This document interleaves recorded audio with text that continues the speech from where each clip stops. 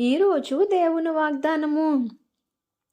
నేనెల్లప్పుడూ యెహోవాను సన్నుతించెదను, నిత్యము ఆయన కీర్తి నా నోట నుండును. కీర్తనల గ్రంథము 34 అధ్యాయము 1 దేవుని బిడలుగా మనం ఎప్పుడు కూడా ఆయన్ని సన్నుతించేవారుగా ఉండాలి.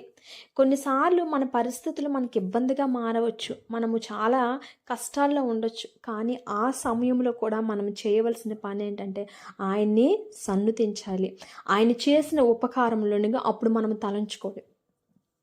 దేవుడు ఇంతకన్నా శ్రమల నుండే నన్ను విడిపించాడు, ఇంతకన్నా భయంకరమైన పరిస్థితుల నుండే దేవుడు నన్ను బయటికి తీసుకొచ్చాడు, ఇప్పుడున్న పరిస్థితిని కూడా నా దేవుడు బయటికి తీసుకురాగలిగిన సమర్థుడు అని అటువంటి విశ్వాసాన్ని మనం ఎప్పుడైతే కలిగి ఉంటామో అప్పుడు మనం దేనికి భయపడము, అప్పుడు ఆయన ఎప్పుడూ స్తుతిస్తామండి.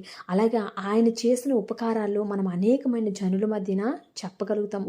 అంతేగాని శ్రమలు వచ్చినప్పుడు దేవుణ్ణి మర్చిపోయి ఆ శ్రమను చూసి మనం కృంగిపోవడం కాదు, కానీ ఆ శ్రమ సమయంలో నా దేవుడు ఈ శ్రమ కన్నా నా దేవుడు గొప్పవాడు, ఈ శ్రమను చూసి నేను భయపడవలసిన అవసరం లేదు, కానీ ఈ శ్రమలో నుంచి విడిపించగలిగిన దేవుడు నాకు ఉన్నాడని మనం ఎప్పుడైతే ధైర్యంగా ఉంటామో అప్పుడు మనం ఎప్పుడు కూడా ఏ పరిస్థితిలో కూడా ఆయన్ని స్తుతించేవారుగా దేవుడు మనల్ని ఉంచుతాడు.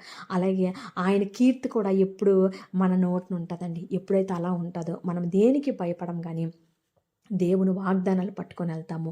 అప్పుడు దేవుని సాక్షులుగా మనం నిలబడతాము, దేవుని మహిమపరిచేవారుగా అప్పుడు ఉంటాము.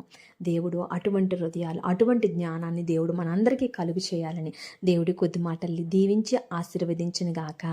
ఆమేన్, ఆమేన్, ఆమేన్.